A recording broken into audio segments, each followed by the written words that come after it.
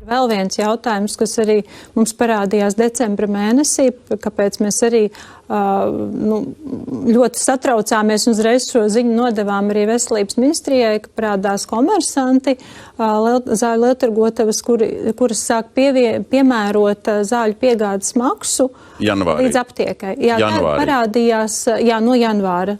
Šī ziņa parādījās decembrī, bet mums tāds aizdomas bija, mēs jau bijām brīdinājuši jau iepriekš savās vēstulēs arī ministriju, kad vai šāda iespēja varētu būt, un šobrīd mēs esam saskārušies ar to, kad ir arī, konkrētā lieltirgotavā arī noteikti arī ražotāja zāles, kuras arī citur nav pieejams, un tas rada arī, zinām, tādu risku arī zāļu nepieejamībai. Un fiziski jūs maksājat papildus tam uzcenojumam vēl par piegādi? Šobrīd mums tā ir paziņots, un mēs pieņemam, ka tā tas arī... Sauksiet, kur lieltirgotāji tā dara? Jā, tas ir viens tikai. Tikai viens šobrīd. Ziloņa studijā, kurš nosauks šo nosaukumu?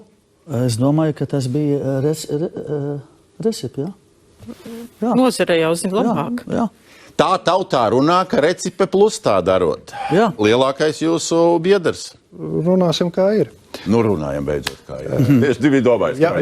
Pēc jaunajiem noteikumiem ir ierakstīts pirmām kārtām, kad slimnīcām, sociālās aprūpes centriem ir jāvada par ražotāja cenu. Neko vispār nedrīkst piemērot, jāvada pa brīvu. Jā, tā tad ir jautājums par fizisko pieejamību, zāļu kā tādu. Kurš komersants nodarbosies ar bezmaksas zāļu apgādi Latvijā?